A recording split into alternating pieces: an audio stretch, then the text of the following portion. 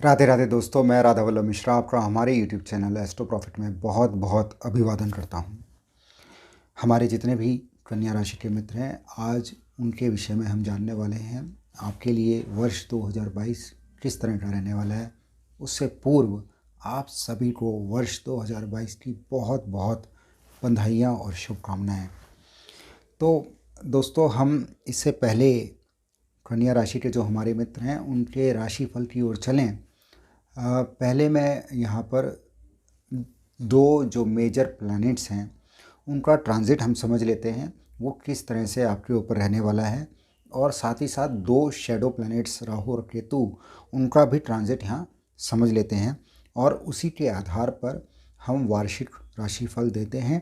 तो आइए पहले हम समझ लें जो कन्या राशि के जो हमारे मित्र हैं उनके लिए इस समय 1 जनवरी 2022 को जब हम ये गोचरीय स्थिति यहाँ पर देख रहे हैं तो छठे स्थान में यहाँ पर कुंभ राशि में बृहस्पति संचार कर रहे हैं, जो 13 अप्रैल 2022 तक यहाँ पर ही हैं।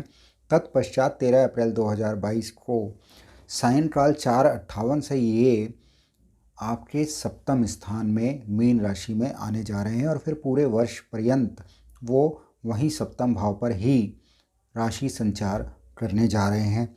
राहु आपके नवम स्थान में इस समय है, जो 12 अप्रैल 2022 तक नवम स्थान में ही बने हुए हैं। तत्पश्चात 12 अप्रैल 2022 में सुबह 10:36 पे ये मेष राशि में उल्टे चलते हुए आ जाएंगे और इनका संचार मेष राशि में फिर वर्ष पर्यंत रहने वाला है, जो आपके लिए अष्टम स्थान है।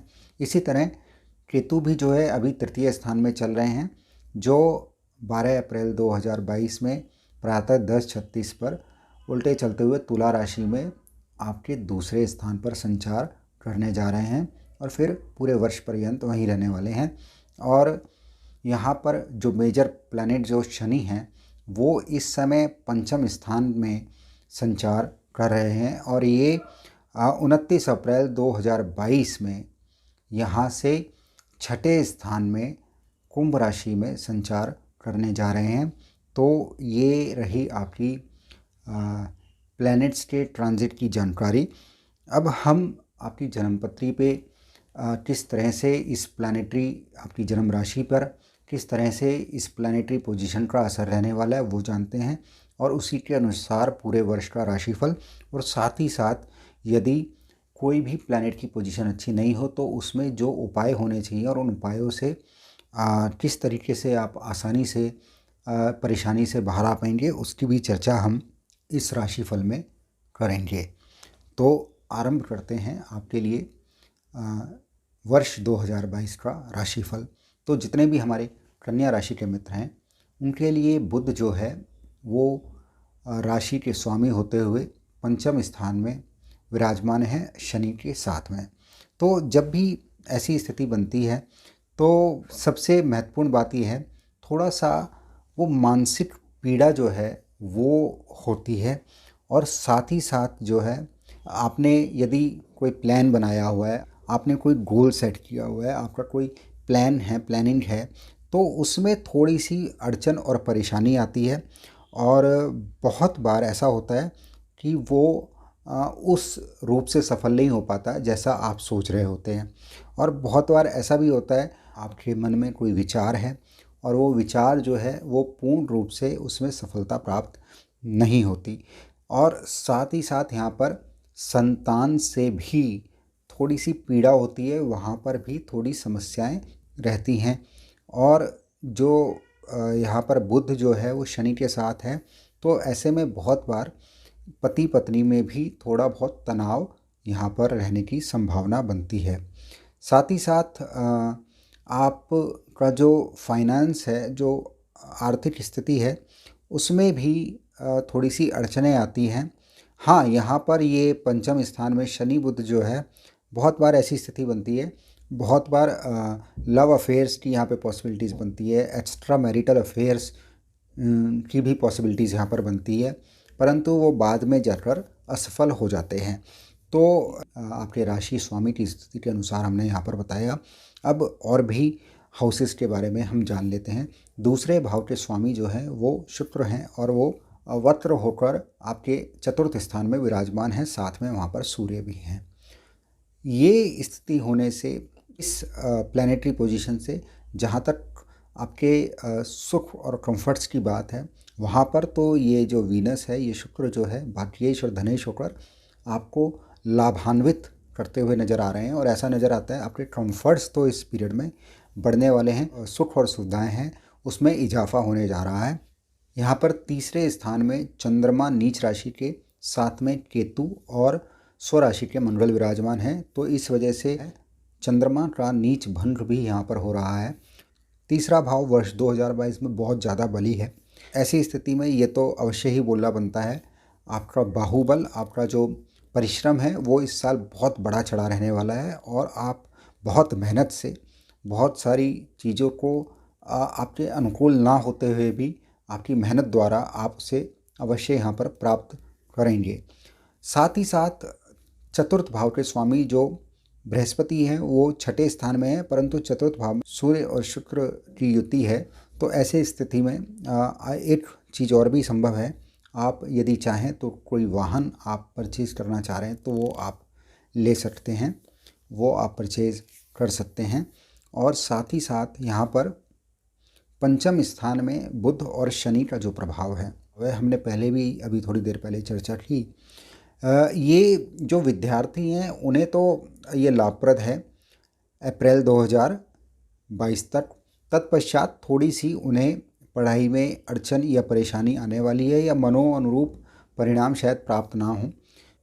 लव अफेयर्स की भी यहाँ पर संभावना बनती हुई नज़र आ रही है, और तो और एक्स्ट्रा मैरिटल अफेयर की भी संभावना यहाँ पर बनती हुई नज़र आ रही है। परंतु बाद में अप्रैल ऑनवर्ड्स जो है 29 अप्रैल 2022 के पश्चात जो है वहाँ पर शायद उतनी सफलता ना मिले और पहले चल रहे संबंधों में भी विच्छेद होने की संभावना वहाँ बनती हुई नज़र आ रही है।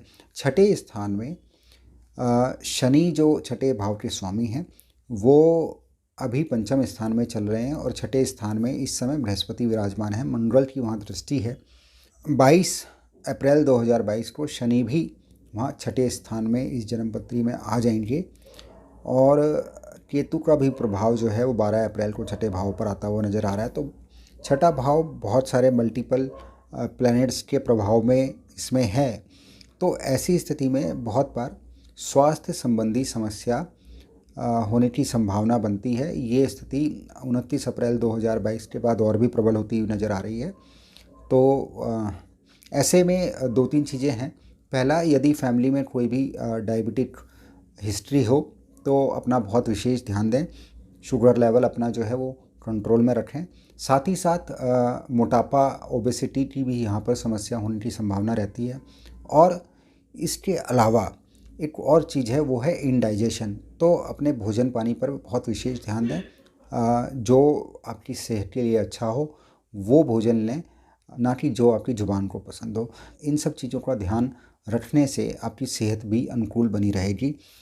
सप्तम स्थान में बृहस्पति जो है वो 13 अप्रैल 2022 को संचार करेंगे और सप्तम स्थान पे बृहस्पति के आने से बहुत सुधार होने वाला है। आपके मैरिटल लाइफ में बहुत बड़ा सुधार वहाँ पे आने की संभावना है। यदि आप विवाह के बारे में कन्या राशि के जो मित्र हैं वो सोच रहे हैं तो वहाँ पर उनकी बात बनने की संभावना बनती है। और यहाँ पर यदि आप कोई नया जॉइंट वेंचर बनाना चाह रहे हैं, कोई नया पार्टनर ढूंढ रहे हैं बिजनेस के लिए, कोई नया अलायंस ढूंढ रहे हैं, तो वहाँ पर भी सफलता मिलने वाली है। अष्टमेश मंगल जो है वो अष्टम से अष्टम स्थान अर्थात तृतीय स्थान में विराजमान है और वहाँ पर केतु और चंद्रमा का साथ उन्हें मिला हुआ है।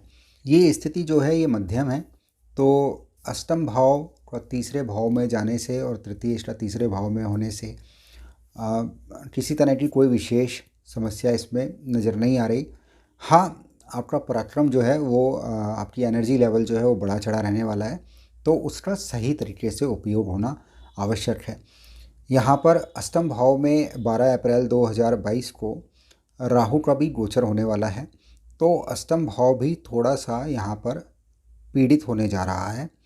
यदि हम यहाँ थोड़ा ध्यान दें तो राहु, केतु और शनि का प्रभाव जो है आपके अष्टम भाव पर अप्रैल ऑनवर्ड्स रहने वाला है। तो अष्टम भाव थोड़ा पीड़ित है और 3 मैलेफिक प्लैनेट द्वारा पीड़ित है। तो यहाँ पर बहुत सावधानी बरतने की आवश्यकता है। बहुत बार ये अनवांटेड परेशानी में भी आपको डाल देता है। बहुत ही अनएक्सपेक्टेड रिजल्ट्स भी मिलते हैं, आपने कभी सोचा भी नहीं होता, और वही आपके मित्र अथवा आपके जो सबॉर्डिनेट्स हैं, आपके जो साथी हैं, वो कहीं पर आपको चीट कर सकते हैं अथवा आपके लिए अपमानजनक स्थिति बना सकते हैं। तो वहाँ पर बहुत सावधानी बरतने की आवश्यकता है। सर में दर्द होने की यहाँ संभावना है। कुछ ब्रेन से रिलेटेड अथवा माइग्रेन जैसी स्थिति भी यहाँ पर बनती हुई नज़र आ रही है। तो इस पर बहुत विशेष ध्यान दें। नवम भाव में इस समय राहु चल रहे हैं, जो अपने आप में सही हैं। नवम भाव पर मंगल और चंद्रमा की दृष्टि है, वो भी सही है। यहाँ पर भाग्य फ़िलहाल आपका साथ दे रहा है, पर ये जैसे ही 12 अप्रैल 2022 को राहु अष्टम में चले जाएंगे तो ये सपोर्ट थोड़ी सी यहाँ पर कम होती नज़र आ रही है। फिर भी नवमेश की स्थिति मजबूत है, चतुर्थ भाव में सूर्य के साथ वो विराजमान है। तो ओवरऑल जो है वो स्थिति सही है। पिता के स्वास्थ्य पे ये थोड़ा बहुत असर डाल सकती है। दशम स्थान के स्वामी जो हैं बुध हैं, वो पंचम स्थान में शनि के साथ विराजमान हैं, और साथ ही साथ दशम भाव पर सूर्य और शुक्र का प्रभाव है। बृहस्पति की भी दृष्टि नज़र आ रही है और मंगल की भी दृष्टि है। तो दशम भाव बहुत ज़्यादा इसमें मल्टीपल प्लैनेट से प्रभावित है, और दशम भाव के स्वामी और पंचम भाव के स्वामी बुध और शनि पंचम स्थान में विराजमान है, जो अच्छा राजयोग बना रहे हैं। तो बुध की स्थिति इसमें अच्छी बनी हुई है, जो एक इंडिकेशन है। आप यदि व्यापार में हैं तो वो लाभप्रद रहने वाला है, और यदि आप जॉब में हैं तो वहाँ पर भी उन्नति होने की संभावना बनती हुई नज़र आ रही है। लाभ भाव के स्वामी चंद्रमा जो हैं वो तीसरे भाव में नीच राशि के हैं, मंगल के साथ हैं, और केतु भी वहाँ पर विराजमान है, नीचपन हो रहा है।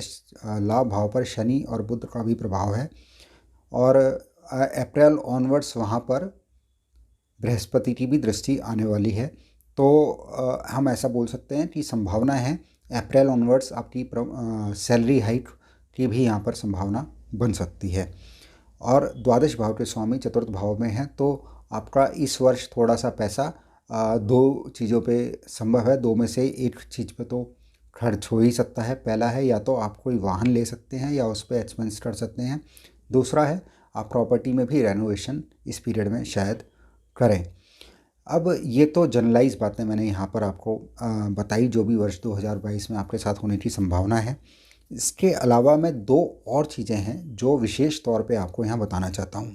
पहला, अप्रैल 2022 तक आपका जो है दूसरा भाव बहुत ज़्यादा बली है, और ऐसी स्थिति में मुझे बोलना चाहिए कि इनिशियल स्टेज पर आपकी फाइनेंशियल पोजीशन बेटर है, और यदि आप कोई लोन लेना चाह रहे हैं तो वो उसमें भी आपको सफलता मिलती हुई नज़र आ रही है। आपका लोन जो है वो पास होता हुआ नज़र आ रहा है। यदि आप इसमें ऐसी भी संभावना है, आप कोई ज्वेलरी लेना चाह रहे हैं, तो ऑर्नामेंट्स लेना चाह रहे हैं, तो वहाँ पर भी इन्वेस्टमेंट संभव है। जब अप्रैल 2022 के बाद राहु, केतु और शनि का प्रभाव अष्टम भाव पर आएगा, और राहु केतु का तो दूसरे भाव पर भी प्रभाव रहने वाला है। आई साइड पर उस समय बुरा प्रभाव डाल सकता है। कोई इंश्योरेंस का क्लेम भी आपको मिलने की संभावना है। कुछ अच्छी बात है और थोड़ी सी बुरी बात है। यहाँ पर जो ये पैसा आता हुआ नज़र आ रहा है, थोड़ी समस्याओं के साथ नज़र आ रहा है। तो ये थोड़ी सी प्रॉब्लम है। जो नई युवा पीढ़ी है, वो जो अभी एडल्टहुड पे आ रही है, जो 18 वर्ष से ऊपर के बच्चे हैं, उनके बैंक अकाउंट भी ओपन हो सकते हैं इस पीरियड में। तो स्थिति कुल मिला के ये ठीक नज़र आ रही है। अप्रैल 2022 के पश्चात 29 अप्रैल 2022 के उपरांत जो है आपका तीसरा भाव बहुत ज़्यादा बली नज़र आ रहा है। तो ऐसे में सबसे इम्पॉर्टेंट बात जो मैं यहाँ बताना चाह रहा हूँ वो ये है, जो भी कन्या राशि के जितने भी हमारे मित्र हैं जो चाह रहे हैं उनका ट्रांसफ़र हो जाए, या वो जॉब बदलना चाह रहे हैं या घर बदलना चाह रहे हैं, तो वो उनकी मनोकामना यहाँ पूर्ण होती हुई नज़र आ रही है। तो वो अच्छा पीरियड है। दूसरा जो है, इसमें अपने बॉस के साथ, अपने इष्ट मित्र में, अथवा अपने जहाँ पर भी आपके बिजनेस पार्टनर्स हैं वहाँ पे आप नेगोशिएशन करना चाहते हैं तो ये पीरियड बहुत अच्छा है। साथ ही साथ यदि आप किसी भी तरह से किसी प्रॉब्लम में हैं, कोई आपको परेशान कर रहा है और आप उसके खिलाफ कोई कानूनी कार्यवाही करना चाहते हैं, कोई केस करना चाहते हैं, तो वो समय भी ये उसके लिए भी अच्छा है। और यदि आप बैंक से चाहते हैं कि आपकी लिमिट जो है वो बढ़ जाए, तो वो भी यहाँ पर संभव है। आप ओवरड्राफ्ट करना चाह रहे हैं तो उसकी भी संभावना यहाँ बन रही है। और आप किसी नई जर्नी पे, नई यात्रा पे जाना चाहते हैं तो वहाँ पर भी ये सफलता मिलती हुई नज़र आ रही है। और जितने भी हमारे कन्या राशि के मित्र जो कंप्यूटर की फील्ड से हैं अथवा पब्लिकेशन की फील्ड से हैं, तो या कम्युनिकेशन की फील्ड से हैं, तो उन्हें भी यहाँ पर बहुत लाभ मिलने जा रहा है।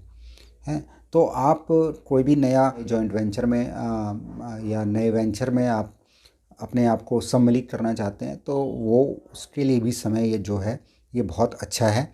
साथ ही साथ यहाँ मैं आपको एक और बात बता दूँ, आपके शनि, राहु और केतु का प्रभाव जो है वो तीसरे भाव पर, छठे भाव पर और आठवें भाव पर इस वर्ष रहने वाला है। तो तीसरा भाव एक चेंज बता रहा है कि शायद चलते चलते जॉब में प्रॉब्लम आ जाए और आपको अचानक ऐसी स्थिति बन जाए, नई जॉब ढूंढनी पड़े। दूसरा जो छठा भाव है वो पीड़ित है, तो थोड़ा स्वास्थ्य संबंधी समस्या जो हमने अभी पहले भी बताया। और तीसरा जो है अष्टम भाव पीड़ित है, तो जो भी इवेंट होता है बहुत बार बहुत अचानक और सडनली हो जाता है, जो हमने सोचा भी नहीं होता उस तरह से वो प्रभाव डालता है। तो ऐसी स्थिति में अब हम थोड़े से उपायों के बारे में भी जान लेते हैं। यहाँ पर 12 अप्रैल 2022 के पश्चात जब राहु आपके अष्टम स्थान में आएंगे, तब आपको एक उपाय जो है वो नियमित तौर पे अपना लेना चाहिए। वो है आप पंछियों को नियमित रूप से दाना डालते रहें, और यदि रोज़ ना भी हो पाए तो हर बुधवार तो आप नियमित रूप से पंछियों को दाना डालें। और यदि आपके आसपास में कोई भैरव मंदिर हो तो वहाँ पर भी आप रविवार दर्शन करने जाते रहें। यदि आप अप्रैल 2022 से पहले स्वास्थ्य समस्या से पीड़ित हों तो ऐसे में आप बृहस्पतिवार को मंदिर में हल्दी अथवा चने की दाल दान में दें। और यदि आप 29 अप्रैल 2022 के बाद स्वास्थ्य संबंधी समस्या आपको परेशान करे तो ऐसी स्थिति में आप जो है, या फाइनेंशियल प्रॉब्लम हो तो ऐसी स्थिति में आप जो है किसी भी ज़रूरतमंद को जूते दान में दें। यदि आपको किसी भी तरह से आपके कार्यों में अड़चन आ रही हो तो ऐसे में भगवान गणेश को, गणपति को आप जो है लड्डुओं का भोग लगाएं और प्रसाद वितरण करते रहें। तो इन छोटे छोटे उपायों से आपकी जो प्रॉब्लम है वो धीरे धीरे रिजॉल्व हो जाएंगी। और मैं आशा करता हूँ 2022 आपके लिए अच्छा रहे। विगत 2 वर्ष ऑलरेडी बहुत ऊपर नीचे रहे हैं, तो उम्मीद है छोटे छोटे उपायों से आपके जीवन में उन्नति हो। इन्हीं शब्दों के साथ आज की इस वीडियो से हम यहाँ विराम लेते हैं। परंतु आपसे मेरा निवेदन है, आपके जितने भी इष्ट मित्र हों उन्हें आप हमारी वीडियोस पहुँचाएँ। हम सभी 12 राशियों का राशिफल इन वीडियोस में ला रहे हैं, तो आप हमारे साथ इस चैनल को सब्सक्राइब करके उस माध्यम से बने रहें। बहुत जल्दी नई वीडियो में फिर से मुलाकात होगी, तब तक के लिए राधे राधे।